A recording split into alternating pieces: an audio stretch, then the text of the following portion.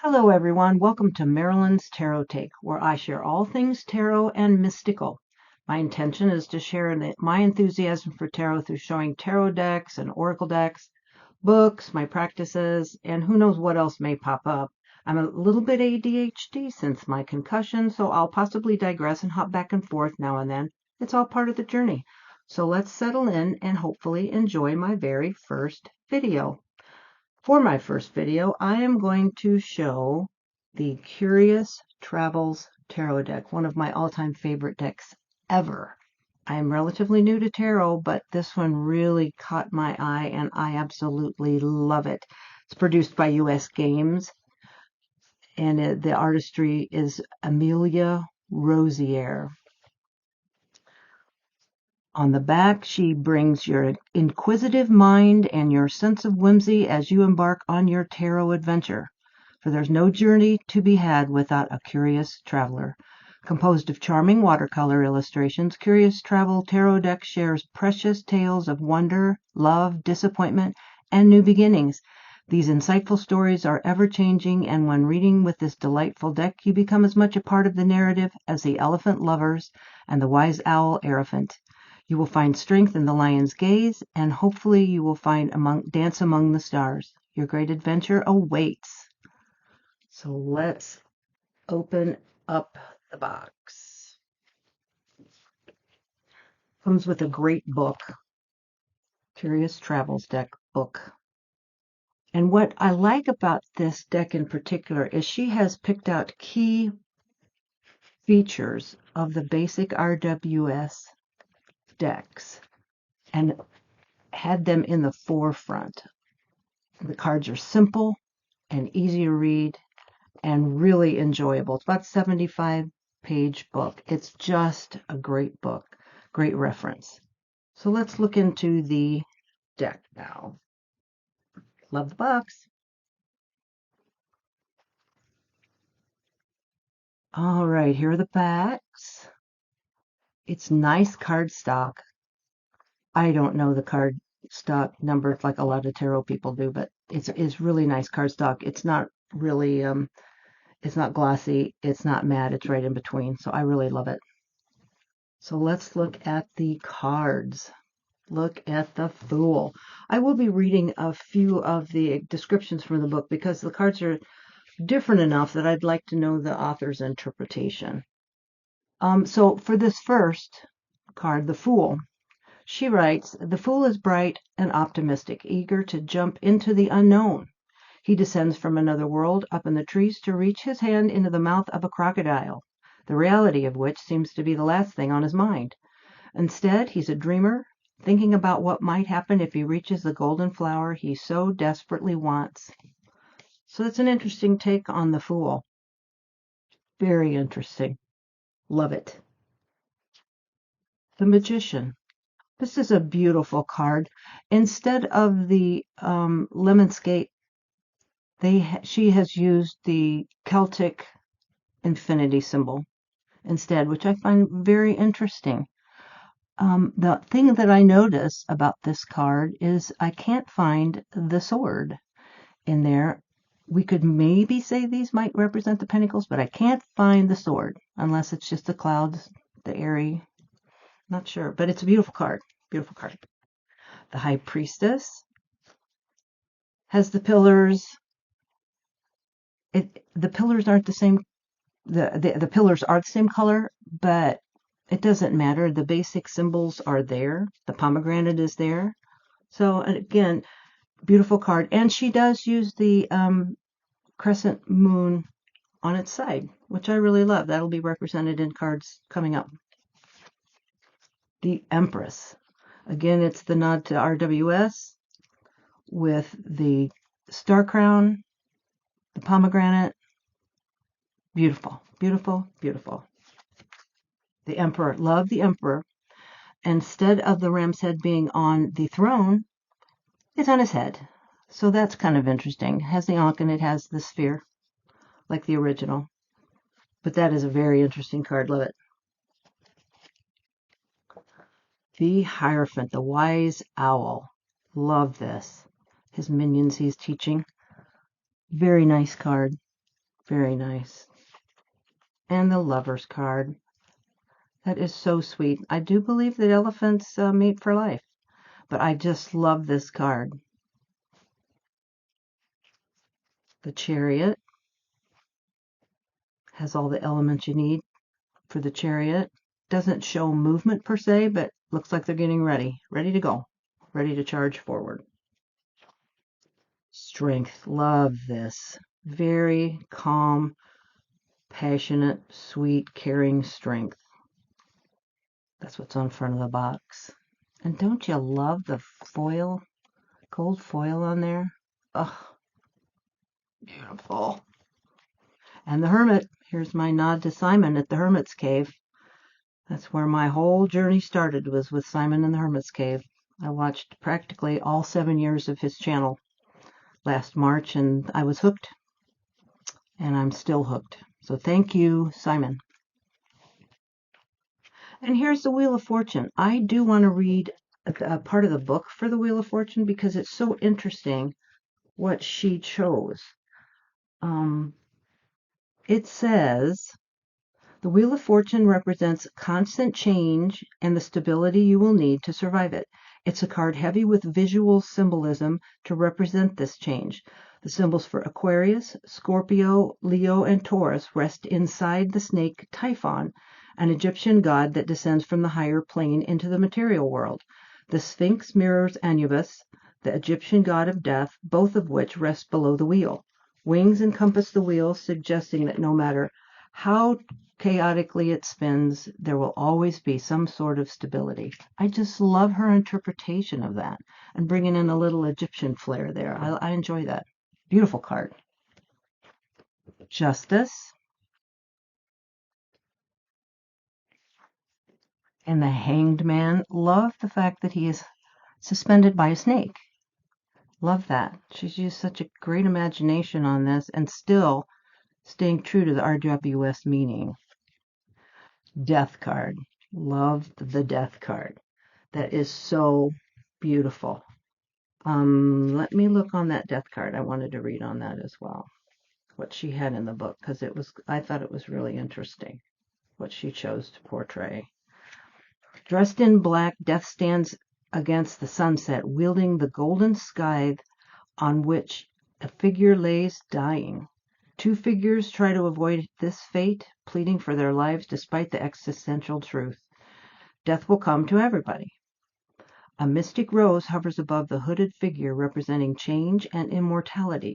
This suggests that death is merely a change in physical planes, a mysterious new beginning.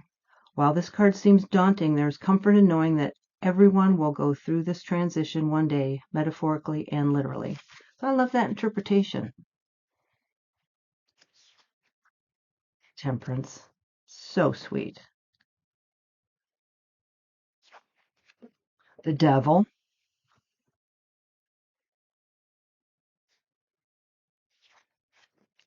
The Tower.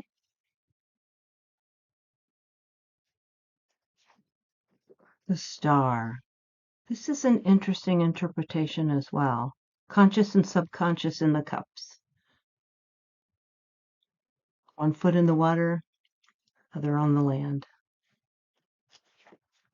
The Moon. Love the Moon card, being a Cancerian. I love the Moon, again, on its side, featuring the crayfish, crawdad, crawfish, whatever part of the country you're from, however you want to call it. Beautiful card. The Sun. Lovely. So beautiful. Judgment. I love this Judgment card in that it takes the religiosity out of it. I don't know if that's really a word to apply to it, but it takes the biblical or religious feature out of it, which I like. Still has the same meaning, but it's the all-seeing eye instead of angels and more of a religious base. The World. Kind of a more modern view of it, but her interpretation was that she's got one leg sticking out of the sphere. So that means she is looking for another avenue, looking for a new path. We are now into the wands. I love this wand card. Her hand is actually part of the wand. Beautiful. And again, the gold foiling is just fabulous. The Two of Wands. This one is interesting. Her interpretation of it. I'm going to read on that one as well because I thought it was so interesting. A girl swings between two trees, holding the world in her hands. The creative spark achieved in the Ace of Wands is now being meticulously planned. She has the potential to swing high and jump to new heights, but for now, she's content where she is. One shoelace anchors her in place, suggesting that she is uncomfortable moving on until she's fully prepared. Which takes you to the Three, where she's ready to go. She's untied her shoelace and she's ready to take it on. Love it. And the Four of Wands, celebrating. Maybe they're celebrating they just found 3 different flowers. The Five of Wands.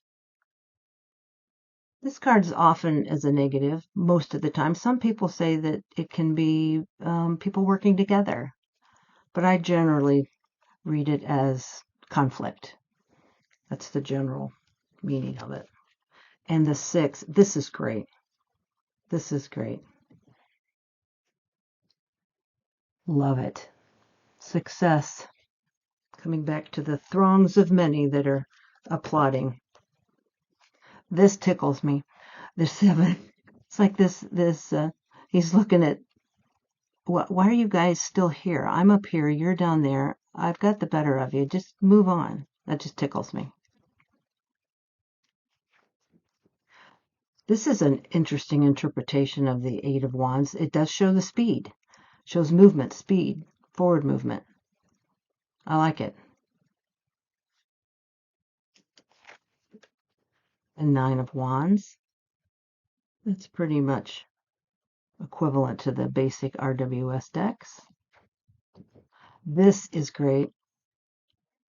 The wands that he is carrying as a burden, he can never get out from under. They are part of who he is, but he moves on, moves through it, moves forward. And the Page. Page of Wands is beautiful card. Has a salamander balanced on his finger. He's not quite ready to go yet. Thinking about it, making the plans, but not quite ready to go until he becomes the Knight, and then he can move forward. The Queen of Wands. I love it that she has her little kittly cat on her lap instead of down on the floor. Love it. And the King. Now I'm going to read on this King because I'm thinking, okay, he's got fire for his head. So I'm going to read on him. Pardon me while I find it. Okay, the King of Wands. The King of Wands is bursting with personality sprawled atop his throne. A budding wand balances haphazardly on his arm. His head is engulfed in flames, which doesn't seem to bother the salamander looped around his neck. The salamander bites its own tail, embodying a ring of continuous inspiration and the passion to explore. These visuals symbolize the raw element of fire, and with them, the king truly represents a suit of wands. He holds a person in each palm, further suggesting his true strength lies in being a leader. So that's her explanation. Interesting. This is a beautiful Ace of Cups. The Two of Cups. It does represent the caduceus, which is it's almost a medical symbol that's shown on the RWS. She's chosen that portion of it, but the binding together of two. Beautiful. The celebratory Three of Cups. Yay. Party time. All right, here's the apathy card. doesn't care, doesn't want to look for any new opportunities.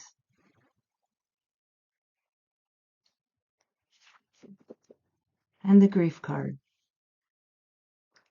This little side note, for me, I have been drawing daily cards, 3 cards every day since March of last year. I have only drawn the grief card 4 times. So I thought that was kind of interesting that I'm grateful that I don't have to deal with grief like a lot of people, but I haven't only but drawn that 4 times. It's amazing to me. Beautiful card. Certainly encapsulates the grief portion. And here's the 6 of Cups. Nostalgia, childhood. 7. I really like to draw the 7. I look at it as opportunities. There are all different things to think about, all different avenues you can take, all different thoughts, dreams. I like it. Beautiful. This card's amazing. The 8, walking away. I've had it. I'm out. I'm moving on. And there's that gorgeous moon again. Love it. This one is very interesting. I'm going to read on that too because of her interpretation on it. I thought it was pretty interesting what she said. A girl sits below 9 downward turned cups obscured by a wall of water. She's perfectly content where she is, smiling as the water flows. Fulfilled and proud of her achievements, she can enjoy the rest before pursuing something new. I've just never seen an interpretation quite like that. It's beautiful. The sun. What's not to love about the sun? Happy sun, happy moon, happy kids. Happy, happy, happy. The Page. She features the fish in all of this coming up here. The Page. The Knight. The water's actually flowing through the Knight, it appears. Queen. She has a basket of shells in her lap. And the King. How nicely do those pair? Beautiful.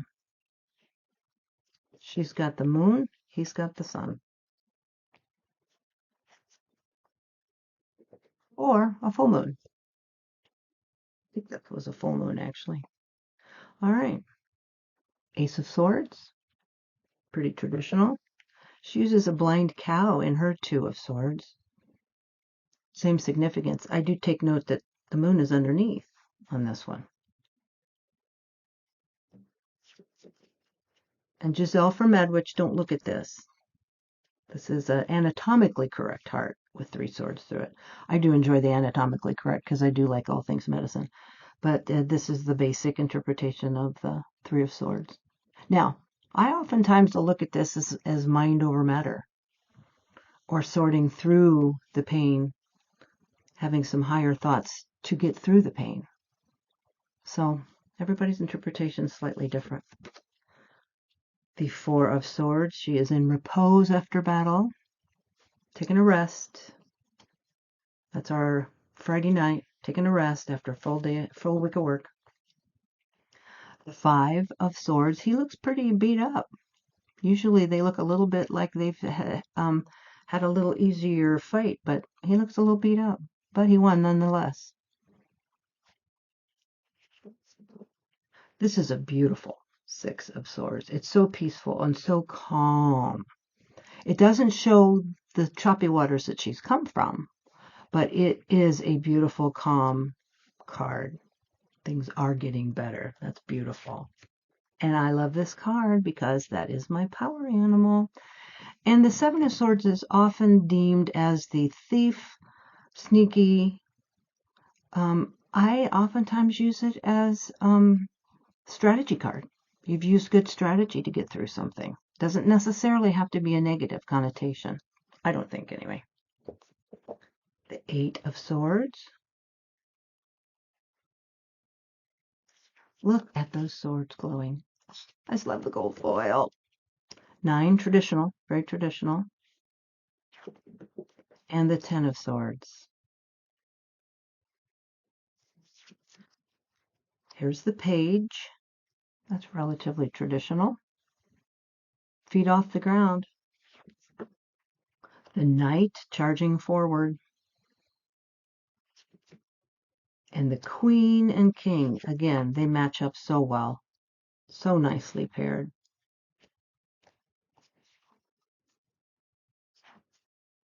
And here is the Ace of Pentacles. Very traditional. Two of Pentacles, love this card.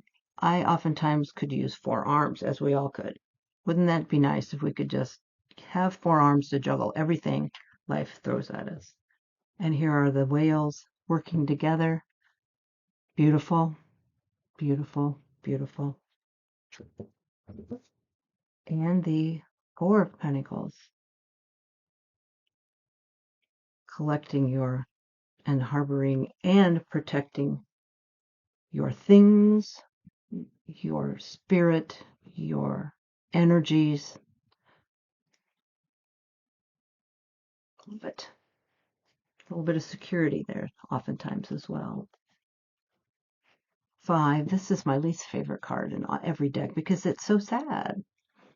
But in this interpretation, at least maybe those are helping hands. Maybe those aren't the hands that threw the coin down and broke it. I'm going with the helping hands, that he will come out of this okay. And the 6 of Pentacles. I like this interpretation too because in the general RWS, one person is getting the coins. You don't ever know if the other person's going to get any. But at least they both have a chance in this. I like this card, like the interpretation there. And the 7. Looks like fireworks. Love it. Love it. Love it. He has this little pitchfork there. Pretty traditional 8 of Pentacles. Hard work, hard work. And it all comes to fruition. You have what you need. Beautiful card. Beautiful, beautiful. And the 10. Love the elephant family. Lovely. So pretty. The Page. The Knight. Beautiful card. Love the colors. The Queen. And the King. Again, there's that little work so beautifully together. I love that. Beautiful, beautiful. And the extra traveler's card, which I'm going to read about as well. The Traveler's card was created by the artist specifically for the Curious Travels Tarot deck. It signifies forward motion and adventure. It's optional for the reader to include it. If pulled in a reading, it has the same meaning regardless of orientation. You're bound for fresh experiences, and it is important not to lose yourself in the wave of new opportunities and fresh faces. Take time to reflect on past memories and cherish them. You step into something new. Do your best to document these new adventures as you begin. Start a photo book, video diary, or a journal. Your future self will thank you for it. Beautiful card. So it's always nice to have an extra card, and this one has specific and special meaning. One more thing before I go. I didn't used to be a fan of pairing decks with oracle decks, but I have since changed my mind in the last few months. I pull 3 cards every morning and tarot cards, and I also pull 3 oracle cards. So I looked in my collection to see what would go best with this, and I've chosen the Roots and Wings Oracle. I think this will match perfectly. So let's look. I have not gone through these cards and put them in any sort of order, so we'll see what comes up, see how they match up. Well, right off the bat, that looks pretty good. Beautiful color match, has the same feel. There's a softness to it. I won't go through the whole deck. I don't think. Who knows? I may not be able to stop. The Magician. Look how nicely that matches with goodness. Love it. Yeah, this works well as a pairing.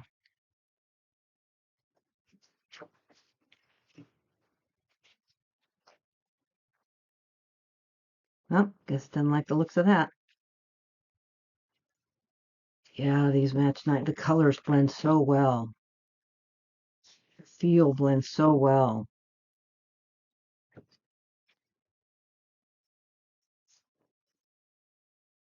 In fact, I think I'm probably going to use these 2 decks for my week next week.